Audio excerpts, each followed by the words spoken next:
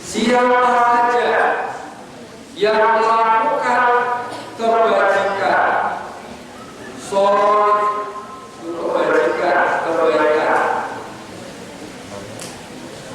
entah itu laki-laki, entah itu perempuan, entah itu tua, entah itu remaja, entah itu pemuda, entah itu orang yang tinggal di kota atau tinggal di desa atau tinggal di lereng pegunungan atau tinggal di tepi pantai, di mana saja ada orang berbuat kebaikan atau kebajikan, dan ketika dia melakukan kebaikan atau kebajikan itu, ya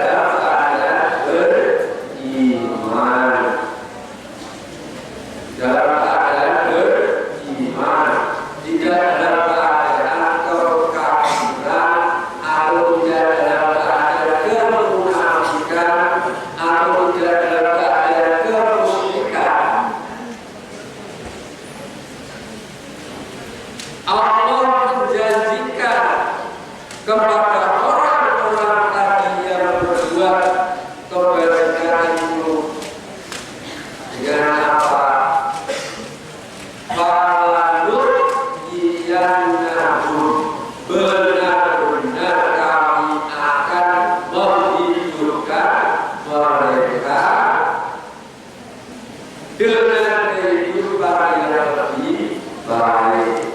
Tadi saya memahami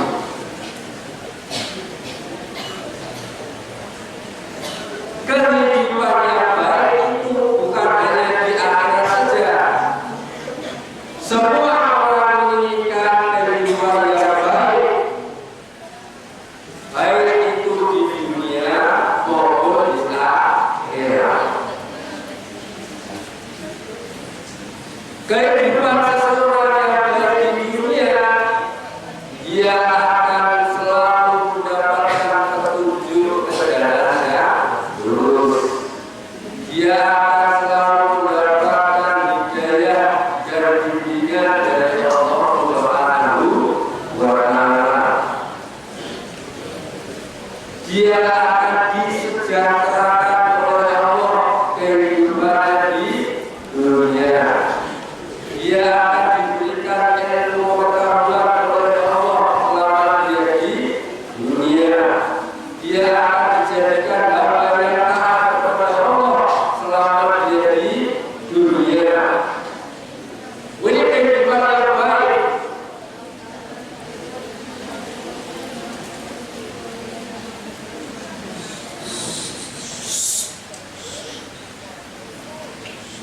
Dan bermacam-macam kenikmatan yang diberikan oleh Allah Subhanahu wa Ta'ala kepada orang tersebut. Kehidupan yang baik di dunia, kehidupan yang apa bahasanya itu aman, tentram, damai, bahagia, sejahtera, itu di dunia. Kalau besok di akhirat Allah betul-betul akan memberikan kehidupan yang baik, yaitu berupa kenikmatan yang akan dinikmati orang tadi di surga. Di surga. Jadi kehidupan baik saya itu surga. Kalau neraka juga kehidupan yang baik. Ya. Kalau di dunia orang yang suka mabuk-mabuk juga kehidupan yang baik. Yang suka menjudi juga kehidupan yang baik. Yang suka mencuri itu juga kehidupan yang baik. Yang suka memfitnah itu juga kehidupan yang baik. Yang suka menggosip orang juga kehidupan yang baik. Yang suka menyakiti hati orang lain, maksudnya itu juga bukan kehidupan yang baik. Naudzubillah.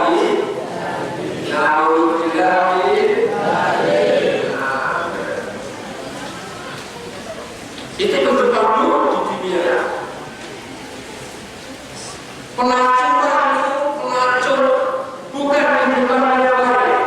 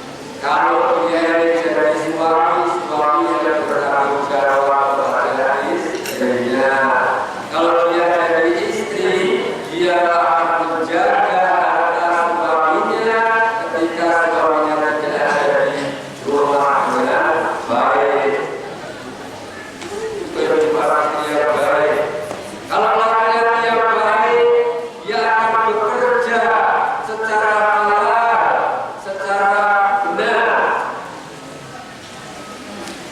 Kalau yang kerja dari judi, dari mencuri, itu tidak baik, itu tidak baik. Jadi kalau orang dewasa sekarang masih sigor, kecil lah. Tapi yang mulai gede ini harusnya sudah terbentuk.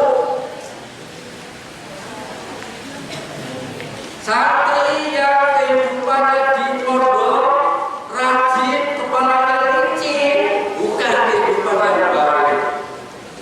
Kalau laki-laki, ya, ini kepalanya yang dewasa di marga. Nah, baca itu wanita yang besar. Di mana wanita? Apa itu na'la soditi bilhujur? Ya Rabbi, di mana na'gati al-ash'ar hawla al-ma'ad wajatu al-iqor min ismil amri? Di mana aku sobuna ukti biwajibnya.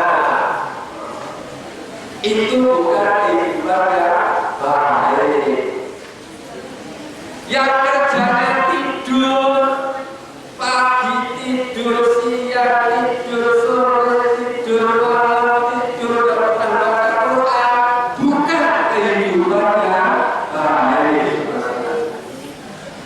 Ini makanya yang dalam ini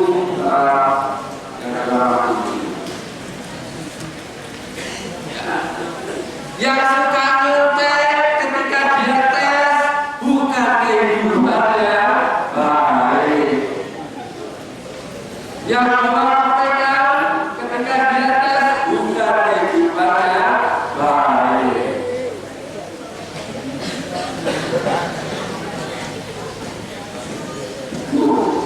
Contoh saja, nah, tapi santri yang diberi kehidupan yang baik oleh Allah, dia akan belajar dengan rajin, belajar dengan tekun, menggunakan waktu sebaik mungkin. Dia akan jujur ketika mengerjakan sholat waktu, dia tidak menegakkan teknik temannya. Karena saya kalau ada yang mengerjakan tes itu malah membaca dilihat temannya. Katanya ini kalau dia tetap sekolah asal temannya itu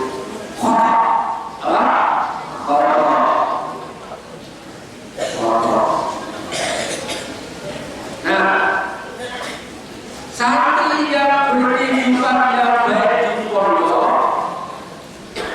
adalah santri yang taat. Yang berarti taat itu bukan berarti dia harus diam, dia harus menunduk, dia harus kayak rasa takut. Tapi setiap diberi tugas oleh ustaz atau ustazahnya, dia akan mengerjakannya. Kalau diberi dikerjakan, diberi amalan dia bahkan pelajaran sekolah rumah dia bahkan. Ini santri yang baik, yang diberi kehidupan yang baik. Tapi santri yang diberi tugas pelajaran sekolah, waktu menghafal dia baru hafal di kelas, itu bukan kehidupan yang baik. Nah, ini kenapa saya lakukan itu? Karena kebanyakan itu pelajaran sekolah, rumah makan, alhamdulillah,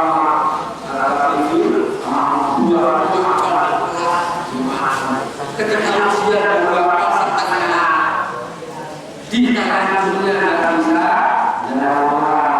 Ketika masuk semua 3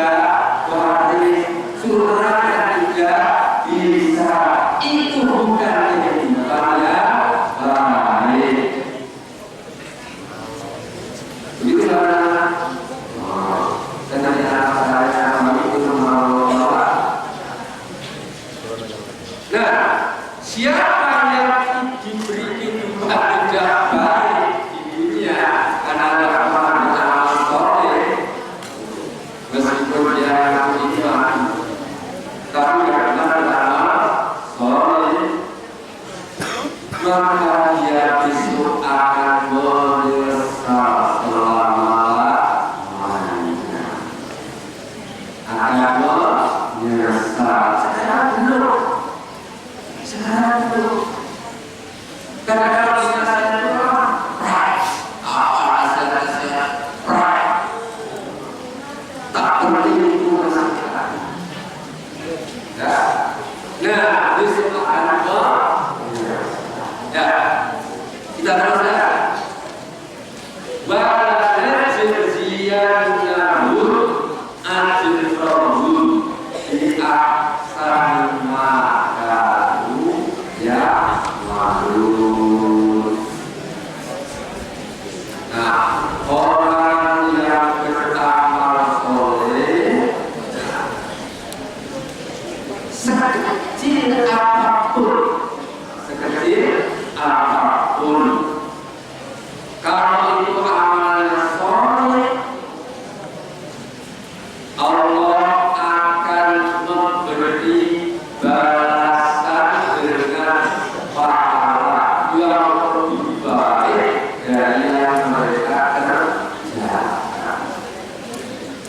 Jadi saya tadi ini yang benar-benar mengatakan ceramah dan dia paham.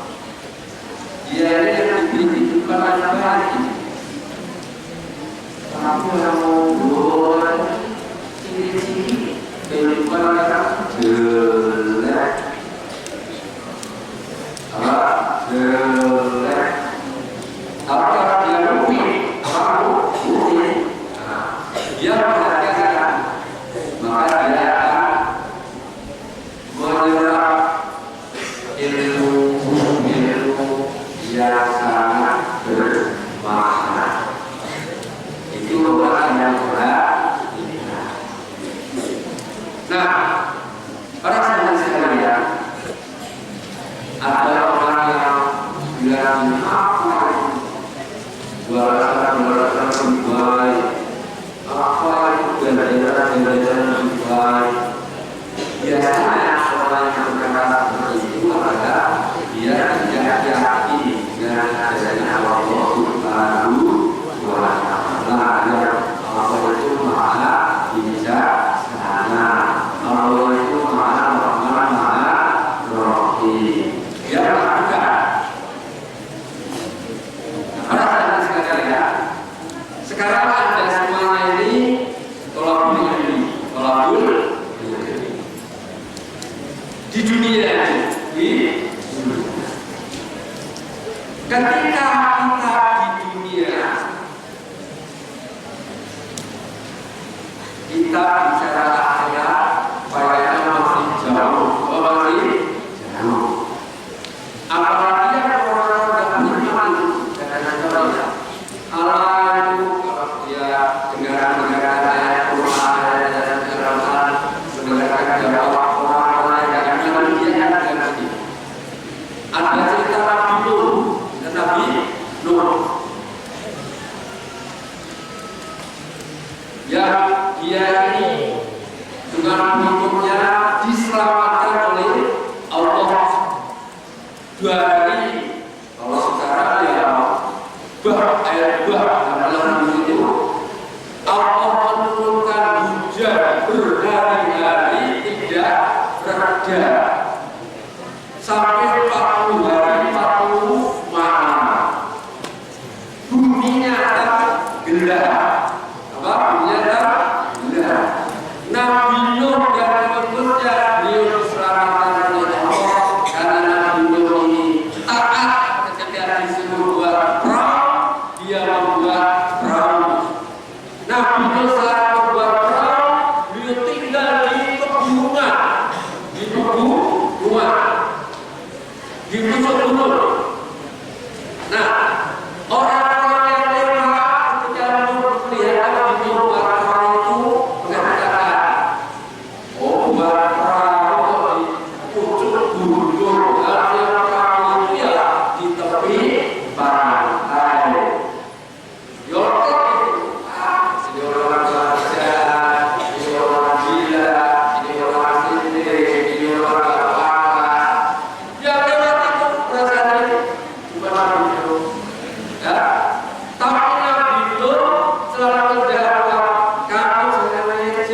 jangan hina, ini wahyu dari Allah bahwa nanti bumi itu akan ditenggelamkan untuk ada orang-orang yang tidak beriman.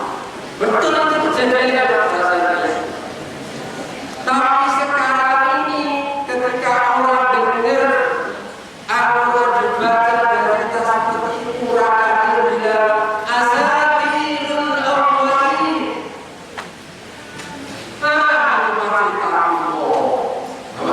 Cerita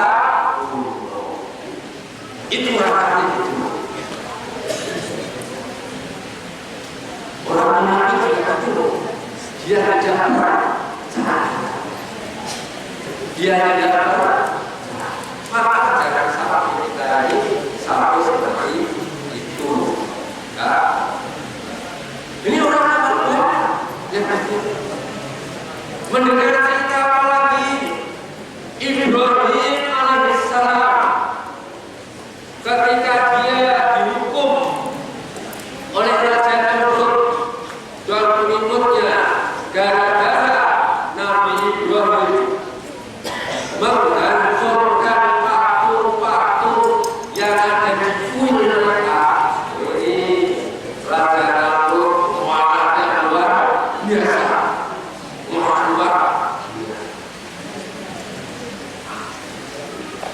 Sampai akhirnya Namrud menghukum kepada jasus itu marah. Suruhnya siapa orang yang berani-beraninya menghancurkan Tuhan kita. Berani-beraninya menghancurkan Tuhan kita. Tuhan berlimpah kepalanya yang potong dan sebagainya. Pinternya Nabi Ibrahim itu saya yang paling besar itu tidak dihancurkan. Dia kalau kalau lagi ada yang paling besar. Ya. Ketika Ibrahim sudah kecekel tertangkap gitu ya, dia dihadapkan di Namrud dan pengikutnya. Apa kata pengikutnya Raja Namrud? A'anta fa'alta bi'alihatina ya Ibrahim?